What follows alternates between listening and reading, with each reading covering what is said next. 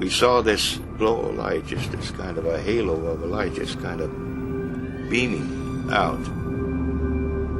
He wanted to tell me about a crash of some sort of craft that had occurred on his ranch. He would wad it up in his hand. When it hit the table, it spread out just like water with no wrinkles. And it looked like there was a hieroglyphic type writing written along the inside surface of the I-beam. They had no earlobes. They had 2 ear canals, 2 very small orifices for the nose, a concave face. Oh yes, it was a cover-up from the beginning.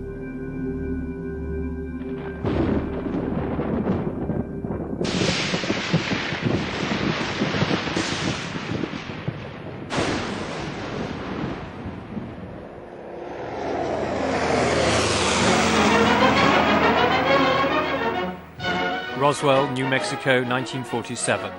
A military town and Air Force base. Home to America's 509 Bomb Group. A tight-knit community of soldiers and civilians in the heartland of rural America.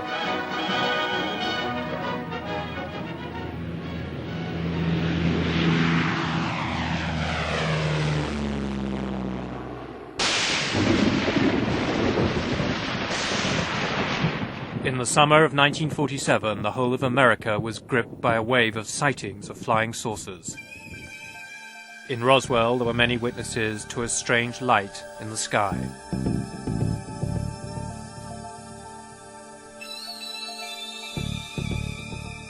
But it was just going in a northerly motion at a pretty rapid speed, but nothing like a falling star or a meteorite. So bright like that, you couldn't look direct at it very long at a time. Then you had to look to the side of it, just like looking into a bright sun. William Woody is 61, a pig farmer who worked for the local bus company in Roswell.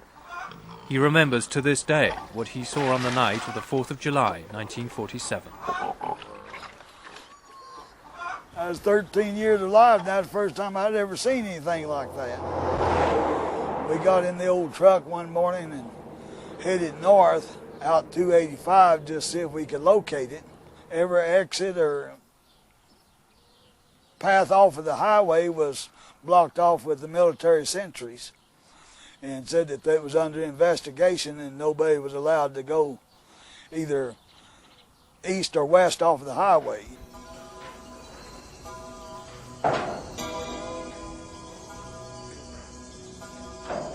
On the Foster Ranch, 75 miles northwest of Roswell, Mac Brazel, a farmhand, was on his daily rounds when he came across some strange material scattered in the fields. His sheep refused to go near it.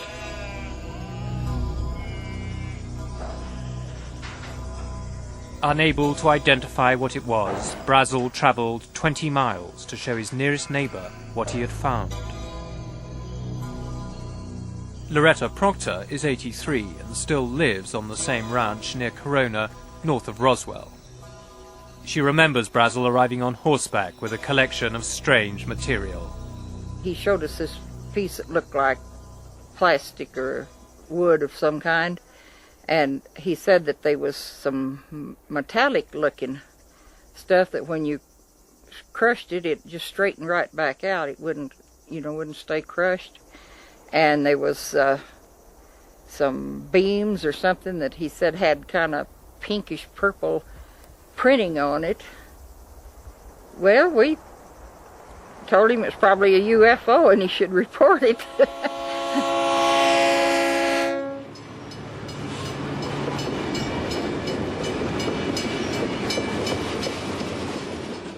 Brazel took her advice and travelled into Roswell town with the strange debris. He reported his find to the sheriff of Chavez County. Sheriff George Wilcox immediately notified the local air base. Roswell Army Airfield was home to the 509, America's elite bomb group which had dropped the atomic bomb on Japan. As the only atomic bomb squadron in the world, it was surrounded by the highest levels of security and secrecy. The 509's air intelligence officer was Major Jesse Marcel. he was assigned to investigate the material that the rancher had brought in. Marcel drove out to Brazel's ranch to collect some of the debris. That night, he brought it back to his house to show his wife and son. He came back real late one night, about 2 o'clock in the morning, as I recall, very excited because he woke myself, my mother up, saying they found parts of a UFO or a flying saucer at that time. And he wanted me to see it because it was such of an unusual type of finding. Dr. Jesse Marcel Jr. is himself a pilot, colonel, and state surgeon in Montana's Air Force Reserve.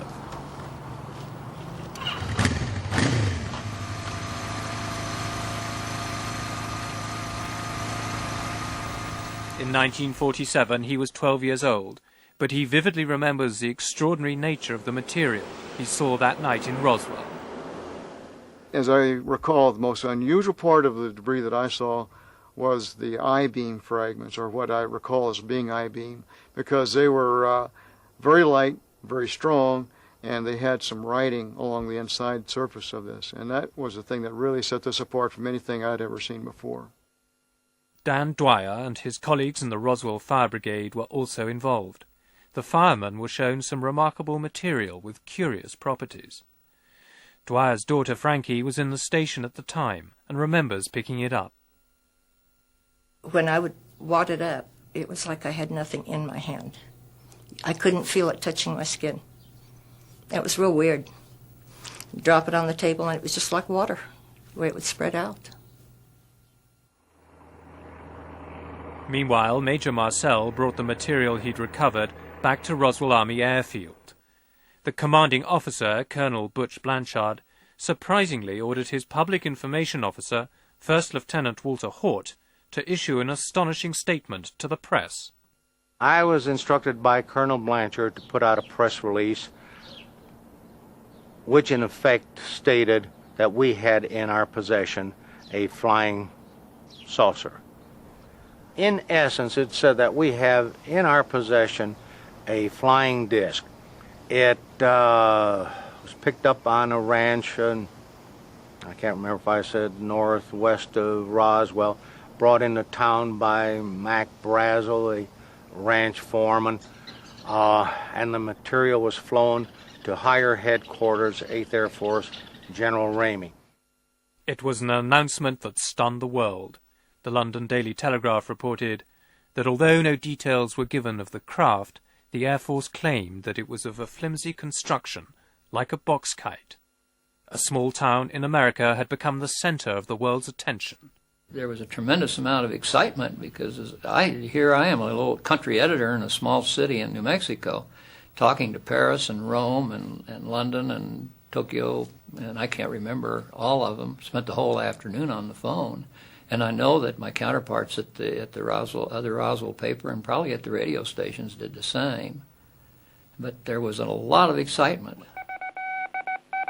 America was transfixed. Radio networks issued hourly bulletins. This is an actual broadcast of the time. Headline edition, July 8, 1947. The Army Air Forces has announced that a flying disc has been found and is now in the possession of the Army. Army officers say the missile, found sometime last week, has been inspected at Roswell, New Mexico, and sent to Wright Field, Ohio, for further inspection. Russia has demanded UN action to get all... Major Marcel had flown samples of the material to Fort Worth, Texas, headquarters of the 8th Air Force. Here, the story would take a remarkable turn.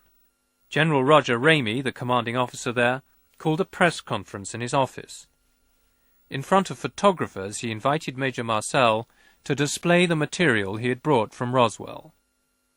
The base duty weather officer was also ordered to attend so that he could give his verdict to the press as to precisely what Marcel was holding in his hands. The general called and said, "Get your ass over here to my office. We got something here we want you to look at."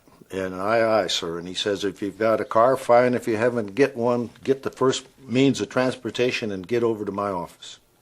And when I saw that, I said, "Is that your flying saucer?" And they said, "Yeah." And I said, "Well, hell no. That's a Raywin target and balloon. And if it isn't," I said, "I'd eat it without salt or pepper. I know what that is." "Are you sure?" Yes, I'm sure. I know what that is. This is what I would like to show you. In here, this is the photograph of the debris that was seen in General Ramey's office at Carswell Air Force Base in Fort Worth, Texas. This is my father holding up what is very obviously parts of radar target with balloon debris. In here you see balsa wood fragments. You have actually parts of the balloon envelope in of itself, and you have what looks like paperback metal foil. And to emphasize this, this is not what was seen on the floor of our kitchen that evening or that late early morning hours in 1947. This is totally different. The implication is that Major Marcel may have been ordered to take part in a cover-up that involved switching the material from Roswell for a common weather balloon. General Ramey and the Air Force now discounted their earlier press announcements that they had found a flying saucer. The story was officially dead. But back in Roswell, those who had reported the original story found that the military were behaving somewhat strangely over what they now claimed was merely a weather balloon. Frank Joyce had been the first to announce the original news of the flying saucer at local radio station KGFL just a few hours earlier. I got a phone call. Well, I got a number of phone calls, but the one that really got my attention was purportedly from the Pentagon. There was a young lady on the line saying, Colonel so-and-so, this is the Pentagon calling. And this was within a few minutes of it going out on the wire. And the voice on the line says, who is this? I tell him. He said, you put that story on the air about the flying saucers? And I mean, his voice was, the type that really conveys menace and power. And I said, yes, I did. And he says, you're going to get in a lot of trouble for this, or made some threatening comment. And I said, look, I'm a civilian. You can't talk to me this way. You can't treat me this way. You can't tell me what to do in stories I put on the air. And he says, I'll show you what I can do. And bang, hung up the phone. And the voice at the other end of the line showed exactly the power that he had to the owner of the radio station. I got a call from Washington from one of the offices of one of the senators saying, look, if you put out any stories on this thing, you're going to lose your license. And it's not going to be over a period of time. It's going to be the same day that we tell you that you're off the air. Frankie Rowe, the fireman's daughter who had handled some material, had always regarded the Air Force in Roswell as friends of the town. But an unexpected visit from the military to her home would now cast the Air Force in a sinister new light. He had this club or stick or whatever it was, and he was beating it on his hand. And he would hit it. Every time he would say something, he'd hit his hand. And he said, I want you to know you were never there. I didn't understand what he meant, because I said, yes, I was. And he said, no, you weren't. I said, yes, I was. And he said, can't you get this through your head? You never saw anything. You were not there. You don't know anything. And he said, this is a big desert out here. We can just take you out in the middle of this desert and no one will ever find your bodies. He said, you'll be nothing but bones and nobody will ever know what happened to you. And I told him I would not talk about it. If it were not for the threats, the entire Roswell affair could be viewed as nothing more than an embarrassing mistake. But in 1965, Butch Blanchard, now a four-star general, attended a reunion dinner in Roswell, and the incident had not been forgotten.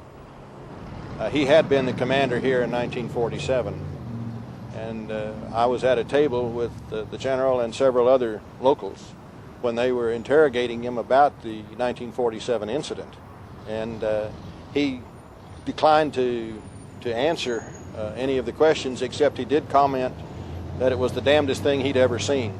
He never would discuss it, but several months later, one night, I badgered him again, as I like to do, and he said, well, and then he paused. He said, I'll tell you this, and I'm paraphrasing him because I don't remember exactly how he said it, but in essence he said, what I saw I've never seen before.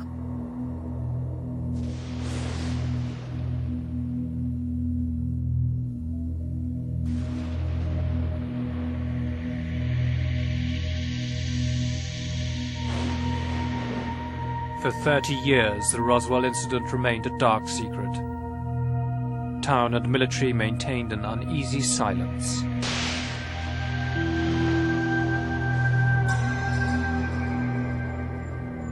The story didn't see the light of day until 1978, when Jesse Marcel, the 509's intelligence officer, went public with an appearance on American television. I was amazed as to what I saw. The amount of debris that was scattered over such an area. It took me a while to realize that there's something strange about it. But the more I saw the fragments, the more I realized that it wasn't anything that I was acquainted with. I proved by trying to burn it, it wouldn't burn. I tried to break it, it would not break. If it was something of ours, I'm sure there would be no reason to keep it under cover that long. If it's an alien spacecraft, there's another reason why it would not never been owned by anybody here until they found out more about it. I sensed that there was a cover-up someplace about this whole matter. In 1947, General Ramey's chief of staff was Colonel Thomas DuBose. Shortly before he died, he was interviewed on home video. As a retired brigadier general, he is the highest-ranking officer ever to comment on the Roswell incident. It was a cover story. The balloon part of it is the story that's to be given to the press, and that is it, and anything else, forget it. And McMullen, if you ever knew him, if you told him that he wanted to run something, he goddamn sure ran it. He knew every facet of the operation. He's a busybody. He wanted to know what the hell was going on, who was pissing on the sidewalk, and all that sort of thing. General McMullen, the deputy head of Strategic Air Command at the Pentagon, was in charge of the entire operation, according to General DuBose. McMullen told me, you are not to discuss this, and this is a point of which this is more than top secret, as he said. It's beyond that. It's within my priority as deputy to George Kenney, and he in turn responsible to the president. This is the highest priority you can exist, and you will say nothing, and that's the end of it. And Jesus, that's the commander-in-chief, and you forgot about it. The revelations of DuBose suggest that the American Air Force did indeed have something important to hide. There's no question about that. General DuBose said that specifically to us, that the balloon explanation that the Air Force offered was a cover story to get the reporters off General Ramey's back. So we have a wide body of testimony that it was a cover-up. We have military witnesses saying they were sworn to secrecy. We have radio employees telling us that they were told if they broadcast their interview with Mac Brazel, they better look for a new job because they'd be out of the radio business the next day. We can show that beyond a shadow of a doubt. There's no question there was a cover-up. The question is, what were they hiding? What could the Air Force have been hiding for the last 40 years?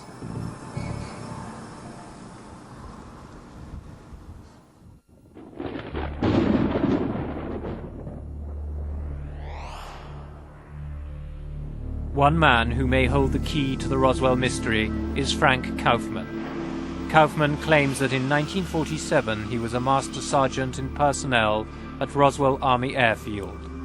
But what was not known at the time, he says, is that he was also a covert member of a highly secret counterintelligence unit codenamed the Nine. Tonight, Kaufman reveals for the first time what he claims is the true story of the Roswell incident. I was assigned to Roswell in 1942. My duties at that time was somewhat classified. The events that led up to the 1947 incident was rather peculiar because there was a lot of erratic movement on the radar screen, and this called our attention that maybe we better monitor those screens. They sent some of us to Alamogordo, the White Sands, to view the the blips on the screens. The blips were just dancing from one end of the screen to the other, and then all of a sudden there was kind of a flash, and it just disappeared. Well, that indicated that possibly maybe a plane or a missile or something just went down. Kaufman says he and his team immediately drove east from Alamogordo, back to Roswell, then towards a location about 45 miles south of the Foster Ranch. And now this was late at night. We started to clip some of the wire fence and drove into the area. The terrain was very rough at the time. There was no roads leading into it.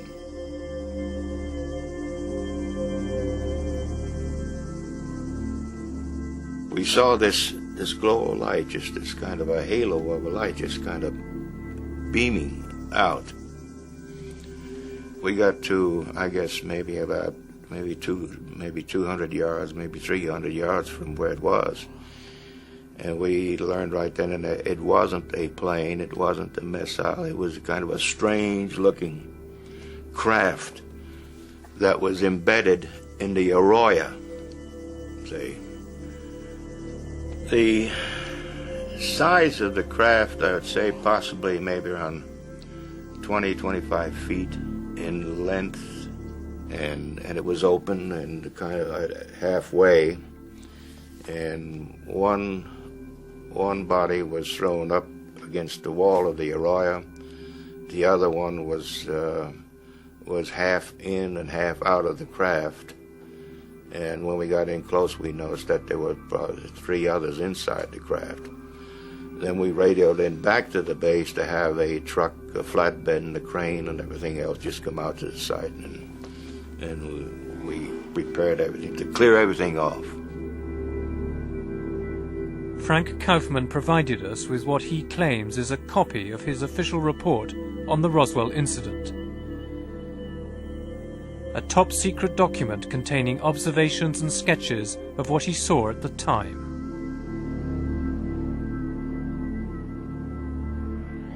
We saw panels of controls. We couldn't make them out.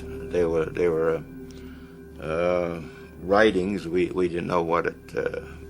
We couldn't decipher it or anything of that nature. And the underbelly of the craft had a series of cells, quartz type cells, sort of glass-looking cells, Arctic in shape.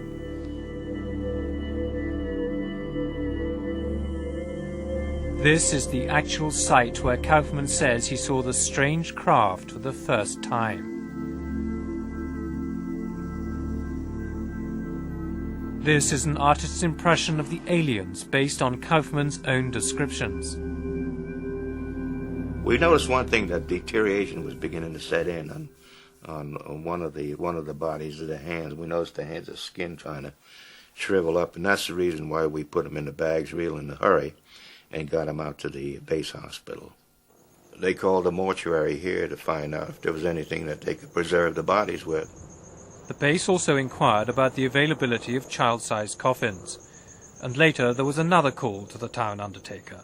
I received a call later from the same mortuary officer stating that what embalming fluids consisted of what would it do to the blood contents, what would it do to tissue, stomach contents, and how would it alter it. And I informed him what the answers that he wanted. Glenn Dennis also had the ambulance contract to ferry any injured servicemen to the base. That same day, he took an airman to the hospital and was amazed to find himself being roughly escorted off the base by military policemen who told him he had no right to be there. As they were taking me out, there was a door that was open over to the left, and there was a nurse coming out that had a towel over a portion of her face, and she looked up and she recognized me, and she said, "Glenn, get out of here. Get out of here as fast as you can. You're going to get in a lot of trouble." Then the next morning, she called me about 10 o'clock or so and said that she would like to see me, that we had to talk. And so I met her out at the Officers Club that morning. And she was already there when I arrived at the Officers Club. She was very upset, still crying, very hysterical. Then she told me what happened about going into this room. These doctors were there, and there was some 2 hospital gurneys there with the crash bags. One crash bag was 2 very small mutilated bodies. The other one, there was a very small body in a crash bag, but hadn't been mutilated as much as the others. And she told me the reason what they wouldn't let her out because they wanted her to write down what they were examining. And that's what she was doing. And they all became very ill. They said that the smell, and it was a very toxic smell, and they just couldn't breathe and get their breath, and they had to get out. This is Hangar 84, and this is where the craft and the bodies were actually brought into this hangar. But there was a lot of activity in this area here. And inside the hangar, right above on top, there was this large spotlight which was shining down on the craft, and also the bodies were laid out. There were 5 of them. And there was a cordon of military police around the area to keep people getting too close. There were other witnesses to the strange events at Hangar 84. I had security clearance, so I told him came over there to pick up Lieutenant Governor Joe Montoya. He was at the hangar. Joe Montoya, Lieutenant Governor of New Mexico, was at the base campaigning for re-election. Outside Hangar 84, Ruben Anaya was waiting to pick him up. So the APs just lead us over there, and then, but they didn't park close to the hangar. They parked about a half a block away. And I says, what the hell's going on, And then when they went over I moved a little closer. And that's when the big hangar was open, and Senator Montoya came out. He says, let's get the hell out of here. He says. When he come out of there, he come all scared, and he said they saw 2 little men with the big heads, but one was alive, still alive. They had him laying down on the floor, and he come out and told us the boss was there, and one was still alive.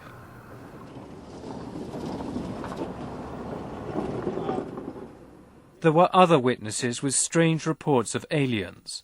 Fireman Dan Dwyer told his daughter Frankie what he had seen. He said it did not come from this world. It did not look like anything he had ever seen. And he said there were little people out there. And Mother asked him what he meant by little people, and he said they weren't human people, but they were little people. He said there were 2 that were already dead when they got there, and they were put into body bags. And I don't know if the one that was still alive had put them into the bags or if someone assisted at the time. There was one that was still alive and was walking around. At the sheriff's office, Sheriff Wilcox's wife later told her daughter what had really happened. She said that there was a flying saucer, and that they even found some bodies by it, and one of them was alive, and that the Army, Air Force had come and threatened my father and his family to not mention anything at all about it. According to Frank Kaufman, the debris and bodies were flown to Air Force Intelligence Headquarters at Wright Field, and another consignment was sent to Andrews Air Force Base in Washington. How high did it go? All the way to the president, I was told. President Truman. The fact is, there is no proof, evidence, documentation, physical evidence of any sort to prove that your story is true. That's right. You have to accept it. I mean, you either believe it or you don't. I mean, see. There is no independent evidence to corroborate Frank Kaufman's story. Proving his involvement in clandestine operations, he claims, would be in breach of his military oath.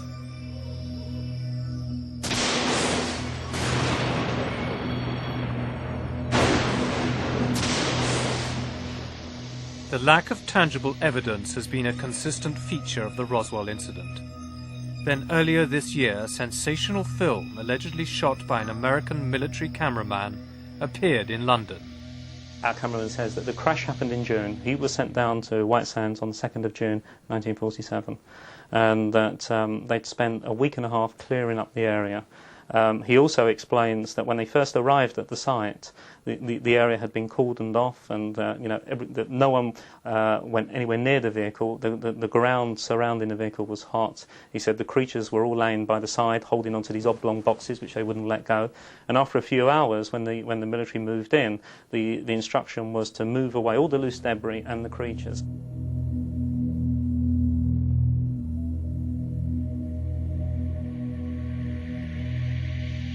Ray Santilli claims he negotiated for 2 years to buy this film.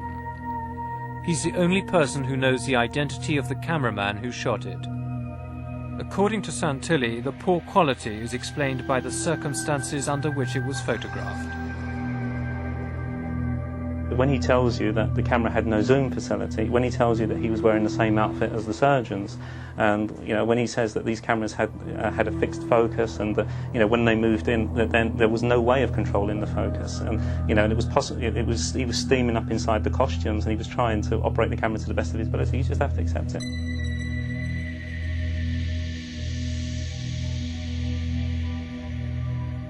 The other question is, well, why isn't it a fixed camera? Why isn't it a camera fixed above looking at the body? But then his argument is that, well, surgeons were bending over it all the time, and the only way you can get to see these things is by moving around. And the camera that he detailed as using, we checked at the museum, and it's a handheld camera. Despite repeated requests, Ray Santilli has been unable to arrange a meeting between us and the cameraman.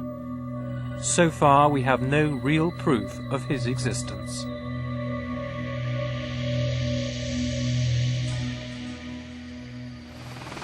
The American Air Force categorically denied the existence of spacecraft and aliens, but mounting pressure from the public and a determined congressman forced the Pentagon to launch their own investigation. In July 1994, their official report admitted for the first time that the original weather balloon story was in fact a lie, designed to cover up what had really crashed at Roswell, a balloon of a different kind. This is film of Project Mogul, a top-secret project designed to detect sound waves from Soviet atomic tests. The Air Force report states that Project Mogul offers the most likely explanation for the Roswell incident. I suspect that our Flight 4 on the 4th of June was probably the source of the debris that the Ranger found. It was not recovered, and the record indicates that the B-17 abandoned tracking it while it was still airborne, and it's my memory that it was over a little town called Arabella, just north of Capitan and about 17 miles from where some debris was later found. Curiously, an examination of the actual flight logs of the time reveals that there is no record of the existence of Flight Number 4 on the 4th of June, the one the Air Force claims explains the Roswell incident. Moore says no records exist as no data was entered for unsuccessful flights, yet other flights that were unsuccessful are clearly documented. Discrepancies such as these have led many to doubt the Air Force's insistence that Project Mogul is in fact the answer to the Roswell mystery. On Capitol Hill, the representative for New Mexico, Congressman Stephen Schiff, is suspicious of the number of different explanations offered over the years. We've had 3 different explanations from the military about what crashed. The first explanation is it was a flying disc, meaning flying saucer in today's terminology. They changed that and said we made a mistake. It wasn't a flying disc, it was a weather balloon. I still find it amazing that the United States top bomber wing, with the only wing that was eligible to carry nuclear weapons at that particular time, would not know a weather balloon from a flying saucer, but apparently somebody didn't, according to them.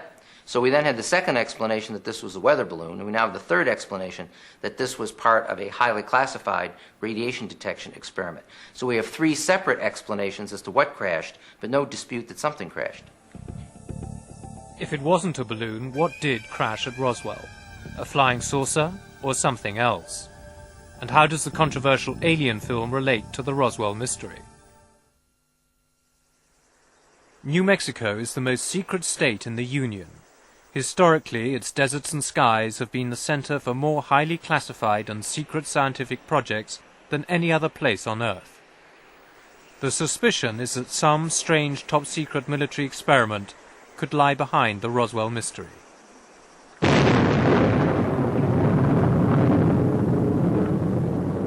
"50 years ago, the first atomic bomb was detonated in the Trinity test near White Sands. This summer, stealth warplanes were still on test flights in the skies above New Mexico.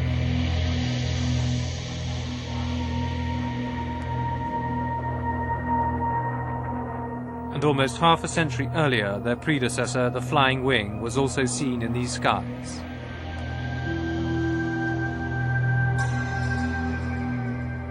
In 1947, White Sands was the location where America developed its early missile technology with V-2 rockets captured from the Nazis. Nazi scientists had been secretly relocated at the end of the war to develop the first stage of America's space program. Wernher von Braun, the inventor of the V-2, was in charge of the operation. It is known that animal experiments were part of the American space program in the 1950s. But could there have been any as early as 1947? One series, which was known as Project Albert, which launched a chimpanzee or a monkey, a small monkey, in one of the nose cones. Needless to say, the monkey didn't survive due to some technical difficulties with the nose cone in re-entering into the Earth's atmosphere. When was that? That was probably around the late 40s and the early 50s. And this was even before the famous Ham, the space chimpanzee, which was trained over at the Alamogordo Air Force Base. Could it have been as early as 1947? Probably around 1947. I know that Project Albert began with, I believe, V2 number 47. Our investigation reveals for the first time that animal experiments may have been conducted much earlier than was previously thought. If so, then could the Roswell incident have been some highly secret experiment that went catastrophically wrong? Is it possible that a V-2 rocket with animals on board could have gone astray and may account for the descriptions of bodies and strange debris offered by so many witnesses at Roswell?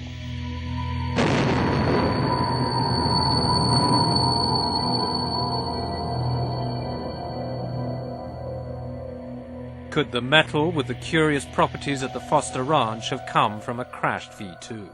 We have researched our records extensively, and on that specific date and time, and even that month, we had nothing that could conceivably be within that area. We had been launching some balloons, but nothing in that particular month when the crash at Roswell occurred.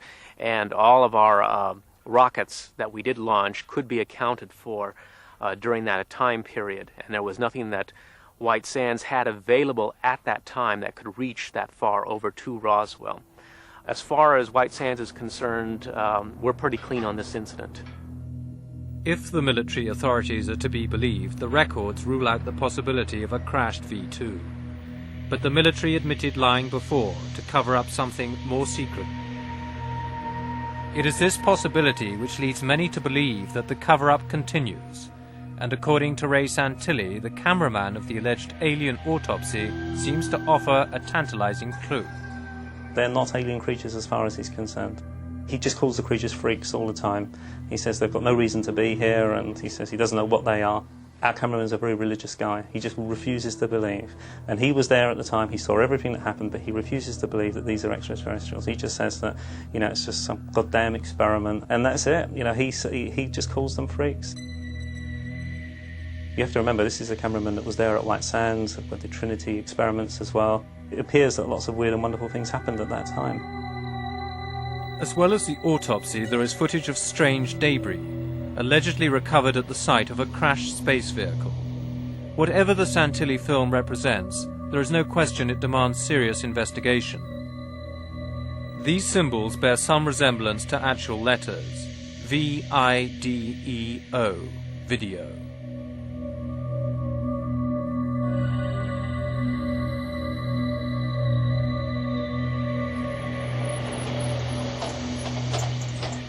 Despite doubts about its authenticity, we took the film to America to show to some of the witnesses that we originally interviewed about the Roswell incident.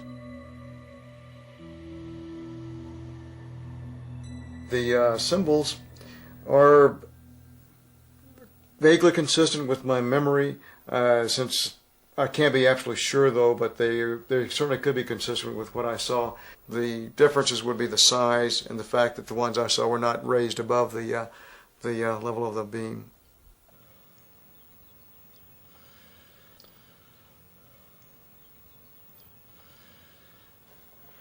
I'm trying to count the fingers in there. That's 6. I don't recall 6 fingers, though. I don't know. I won't swear to it, John. I don't recall those 6 fingers, though, to be honest with you. It doesn't look too close to the Roswell incident. I can say that much. Dr. Ian West is one of Britain's leading forensic pathologists. He's frequently called upon by Scotland Yard in murder investigations. The blood pattern is unusual. You don't normally get, that incision has been open for some time now. We've got 4 little trails running from it. Although we have a number of quite distinct linear trails, dark trails, which look like blood trails, they're not of the nature that I would expect to see at a post-mortem. I would see some more smearing, some more irregularity in the blood loss from the margins of the incision.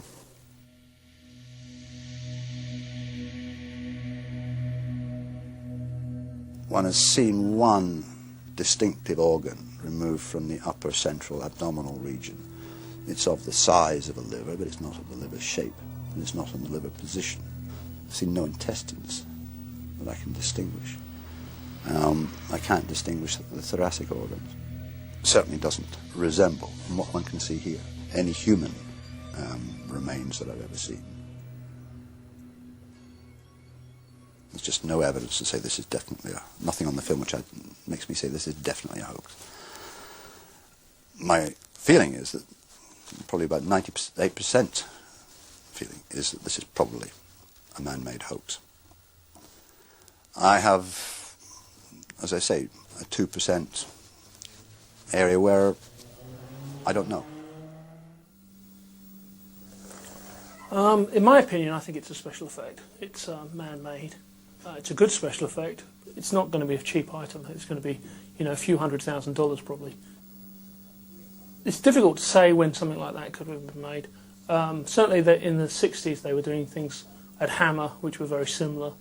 I guess that it was not before the 60s, but sort of mid-60s I would think would be the earliest it could be. I don't think anyone could be certain that it's a special effect. I mean, how do I know what the inside of aliens look like? No one knows. I know what the inside of foam rubber and polyurethane foam looks like, and it looks very similar. Many people who are deeply suspicious about the film think that you could be behind the hoax yourself. What have you got to say to that? I'll still go back to what I said before. If someone, even if it was our company, wanted to hoax a piece of footage, why not do the job properly? Why not create something that really looks like an alien creature? Why come up with something where you've got these unnecessary hurdles of saying, well, is it human or is it not human? And in answer to your question, we didn't hoax it. Are you sure? Absolutely sure. 100% sure. I mean,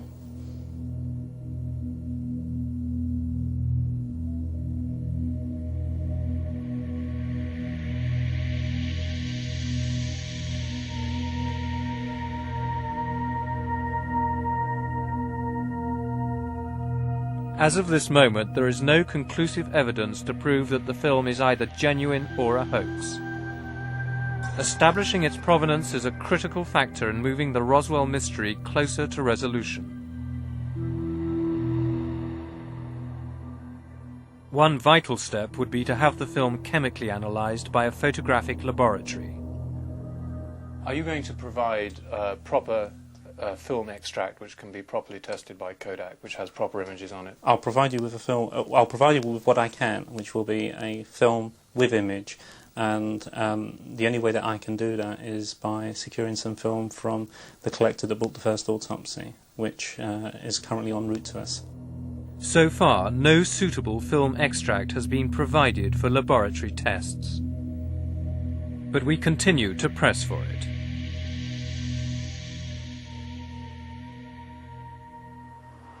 Back in Washington, the search for tangible evidence of what happened at Roswell has continued on a different front. The issue is providing to the public whatever records may still exist, if any, and there may not be any, but if any, on the Roswell incident, so people can make their own determination. That is the mission that I discussed with the General Accounting Office. The General Accounting Office is a powerful body which oversees government operations. They have been investigating government agencies to establish if there are any official records of the Roswell incident.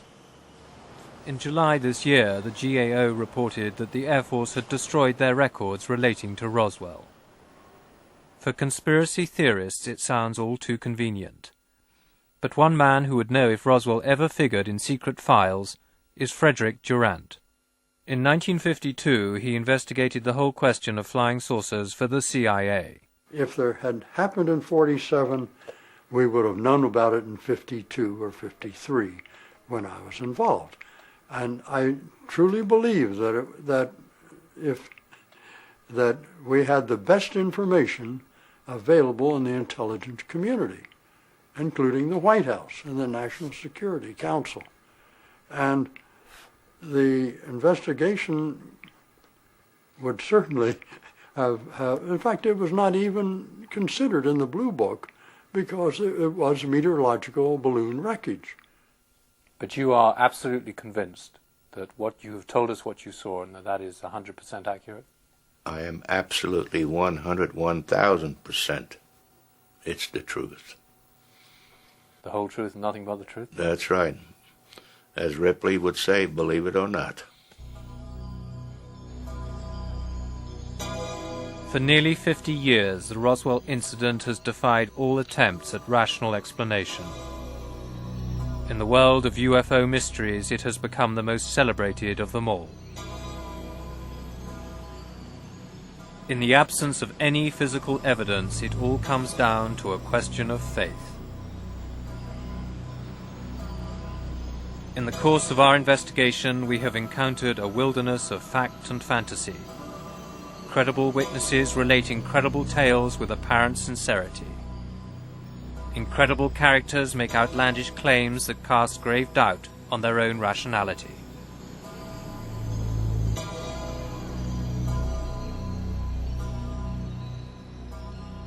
But could so many ordinary people from the rural heartland of America be either lying or afflicted by a false memory syndrome that leads to similar accounts of the same story? Basically, I think you'll find that the people who are telling you these stories are very ordinary Americans.